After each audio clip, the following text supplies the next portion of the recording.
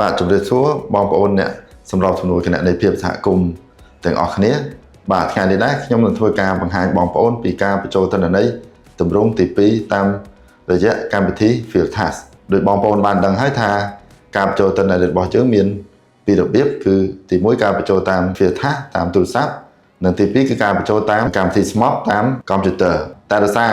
បងប្អូនខាងយើងភាគច្រើនគាត់ប្រើទូរស័ព្ទក្នុងការបញ្ចូលទិន្នន័យអញ្ចឹងខ្ញុំនឹងធ្វើការបង្ហាញការបញ្ចូលទិន្នន័យតាមកម្មវិធី Field Task ជាដំបូងបងប្អូនចូលទៅមើល logo កម្មវិធី Field Task នៅក្នុងទូរស័ព្ទរបស់បងប្អូនបាទអញ្ចឹងបងប្អូនចុចមកបាទបន្ទាប់ពីបងប្អូនចុចហើយនឹងបង្ហាញនៅផ្ទាំងទម្រង់ការបញ្ចូលទិន្នន័យនីមួយៗនៅក្នុងកម្មវិធី Field Task របស់យើងបាទអញ្ចឹងបងប្អូនមើលនៅលើអេក្រង់បងប្អូននឹងឃើញនៅខាងឆ្វេងដៃគឺជាទម្រង់បញ្ចូលទិន្នន័យតាមកម្មវិធី Field Task ហើយខាងស្ដាំដៃគឺជាទម្រង់កត់ត្រាព័ត៌មានទិន្នន័យដែលបងប្អូនបានធ្វើសកម្មភាពនៅឯមូលដ្ឋានបាទអញ្ចឹងយើងចូលទៅមើលនៅខាងឆ្វេងដៃបងប្អូននឹងឃើញទម្រង់មានច្រើនអញ្ចឹងថ្ងៃនេះដែរខ្ញុំនឹងធ្វើការបង្ហាញបញ្ចូលទិន្នន័យនៅទម្រង់ទី2បាទអញ្ចឹងបងប្អូនចូលទិន្នន័យទម្រង់ទី2មកគឺមានទម្រង់ទី2ឆ្នាំ2026ដែលនៅនេះបងប្អូនឃើញនៅដែលខ្ញុំបានចុចនៅកន្លែងនេះបាទអញ្ចឹងបងប្អូនចុចនៅលើទម្រង់ទី2ហ្នឹងមកបាទអញ្ចឹងបងប្អូនចូលទម្រង់ទី2ហ្នឹងមកនឹងបង្ហាញនៅទំព័រទី1ដែលតកតទៅនឹងព័ត៌មានទូទៅនៃអ្នកបញ្ចូលទិន្នន័យការបរិច្ឆេទទីកន្លែងសម្ភាសកិច្ចប្រជុំបាទអញ្ចឹងសម្រាប់ទំព័រទី1នេះដែរតកតទៅនឹងកន្លែងដែលមានផ្កាយក្រហមគឺប្រឡោះដែលមានផ្កាយក្រហមសូមបងប្អូនបញ្ចូលទិន្នន័យឲ្យបានគ្រប់ប្រឡោះបាទមិនដូច្នេះទេគឺយើងមិនអាចបន្តបង្ហាញទៅទំព័របន្ទាប់ទៀតបានទេពេលដែលយើងចុចកន្លែង next ឬក៏បន្ទាប់នេះជាភាសាខ្មែរអង់គ្លេសគឺ next បាទអញ្ចឹងយើងបញ្ចូលមើលអ្នកបញ្ចូលទិន្នន័យបាទអញ្ចឹងបងប្អូនឃើញអ្នកបញ្ចូលទិន្នន័យគឺយើងយកពីកន្លែងណានៅក្នុងតារាងកត់ត្រាទិន្នន័យរបស់យើងបាទគឺនៅកន្លែងនេះអ្នកបញ្ចូលទិន្នន័យគឺនៅខាងក្រោមនេះបាទហ្នឹងបងប្អូនឃើញបាទដែលយើងសញ្ញាព្រួយបង្ហាញមកហ្នឹងបាទអញ្ចឹងហើយទី2ការបរិច្ឆេទសម្ភាសបងប្អូនយកពីណាមកនៅកន្លែងកត់ត្រាទិន្នន័យបាទគឺនៅកន្លែងនេះនៅខាងលើនេះបងប្អូនឃើញព្រួយលោតបានមកនៅកន្លែងការសម្ភាសនេះបាទទីកន្លែងសម្ភាសយើងយកពីកន្លែងណាមកគឺនៅបន្ទាប់ពីការបរិច្ឆេទគឺនៅកន្លែងនេះទីកន្លែងសម្ភាសបាទ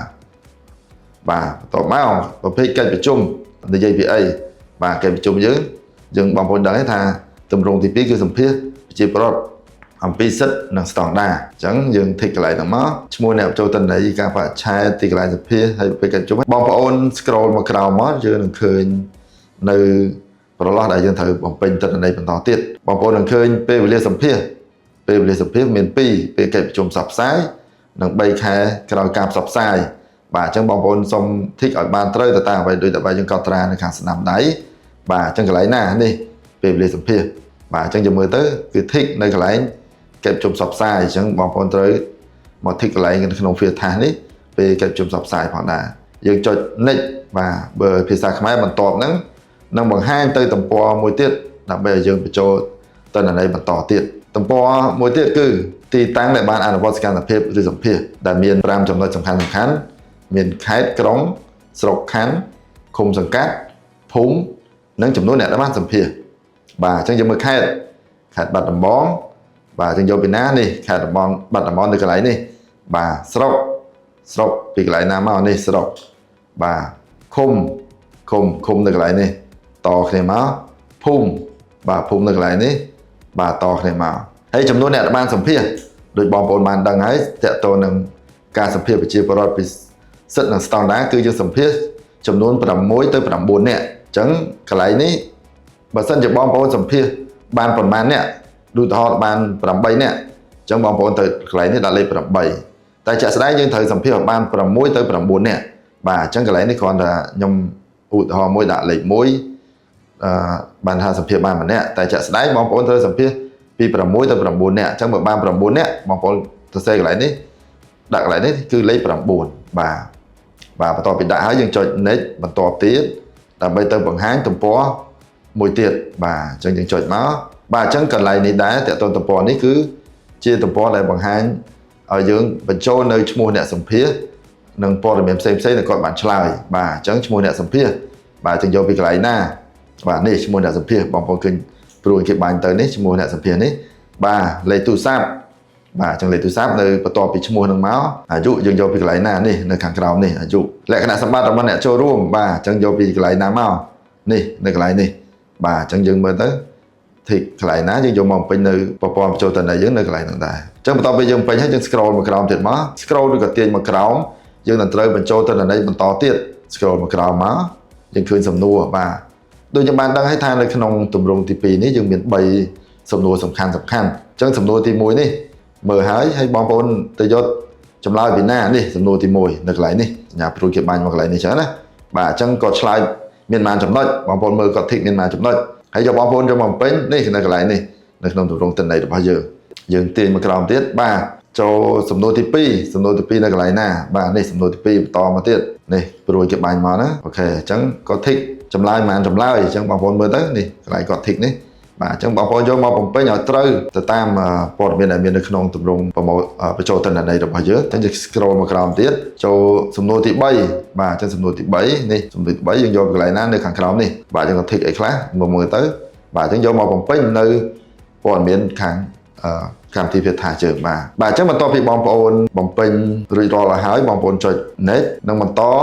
ទៅបង្ហាញនៅទំព័របន្តទៀតដែលជាទំព័រចុងក្រោយបាទហ្នឹងខ្ញុំសូមបញ្ជាក់កន្លែងនេះតិចដែរបើសិនជាឈ្មោះអ្នកដែលសម្ភារដែលយើងមានដូចខ្ញុំឧទាហរណ៍ថាមាន9នាក់អញ្ចឹងបានន័យថាកន្លែងនេះនឹងអត់តន់បង្ហាញដល់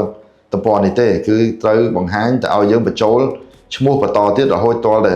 អស់9នាក់ដូចបងប្អូនបានដឹងហើយសំណួរអីដូចគ្នាទេបាទអញ្ចឹងបងប្អូនយោងទៅលើតារាងដែលយើងបានកត់ត្រាឈ្មោះអ្នកទី2ហ្នឹងបងប្អូនមើលទៅអ្នកកត់ត្រាគាត់ដាក់ចម្លើយមួយណាបងប្អូនយកមកបញ្ចូលនៅទម្រង់បញ្ចូលទិន្នន័យទៅតាមនឹងមកបាទអូខេអញ្ចឹងមានប៉ុណ្ណឹងបាទអញ្ចឹងបន្ទាប់ពីបងប្អូនបញ្ចូលរួចរាល់ហើយបងប្អូនចុច next ឬក៏បន្ទាប់ហ្នឹងនឹងបង្ហាញទៅទំព័រចុងក្រោយបាទដែលឲ្យយើងរក្សាទុកទិន្នន័យហើយនឹងចាក់ចេញបាទដែលយើងនឹងឃើញในភាសាអង់គ្លេស save form and exit អញ្ចឹងបងប្អូនចុចមកនឹងបង្ហាញទៅទំព័រដើមដែលជាទំព័រដែលបងប្អូនបានជ្រើសរើសទម្រង់ដើម្បីបញ្ចូលទិន្នន័យបាទហើយបន្តមកទៀតយើងចង់ដឹងថាទិន្នន័យយើងនឹងបញ្ចូលរួចរាល់ហ្នឹងបញ្ជូនតាមទៅម៉ាស៊ីនមេរួចរាល់ហើយឬនៅអញ្ចឹងបងប្អូនចូលកន្លែងថាសនេះបាទកន្លែងថាសនេះបាទបងប្អូនចុចទៅបាទនេះនឹងឃើញលោតមានពណ៌បៃតងគ្រីសនេះបានន័យថាទិន្នន័យយើងនឹងបញ្ចូលបានជោគជ័យបញ្ជូនទៅម៉ាស៊ីនមេបានរួចរាល់អស់ហើយបាទអញ្ចឹងបានន័យថាយើងបញ្ចប់ការបញ្ចូលទិន្នន័យទម្រង់ទី2របស់យើងបាទអញ្ចឹងមានប៉ុណ្ណឹងបាទអញ្ចឹងអរគុណបងប្អូនទាំងអស់គ្នាសម្រាប់ការទស្សនានៃការចូលទិន្នន័យទម្រង់ទី2បាទអញ្ចឹងសូមអរគុណបងប្អូនទាំងអស់គ្នាបាទជម្រាបលាបាទ